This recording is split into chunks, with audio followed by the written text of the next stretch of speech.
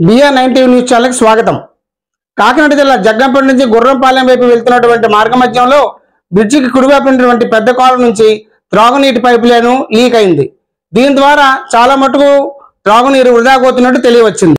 Pipe leak ద్వారా వచ్చేటువంటి త్రాగునీరు రోడ్లకు ఇరువైపులా వెళ్లడంతో వాహనదారులు జారిపడుతున్నారు. రేపటి నుంచి స్కూల్ తెరవబోతున్నారు.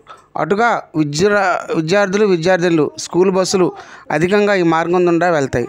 అందులో ఋతుపాలన సమీపించడంతో వర్షాలు కురిస్తే రోడ్డు ఇంకా అధ్వానంగా తయారవుతుందని వివేకానంద స్కూల్ మార్గంకి పశు సంత మార్కెట్కి దగ్గరలో రోడ్డు డౌన్గా ఉండడం వల్ల అక్కడ నీరు చేరి నిల్వ ఉంటుంది. రాత్రి సమయంలో వాహనదారులు ఇబ్బంది పడుతున్నారు.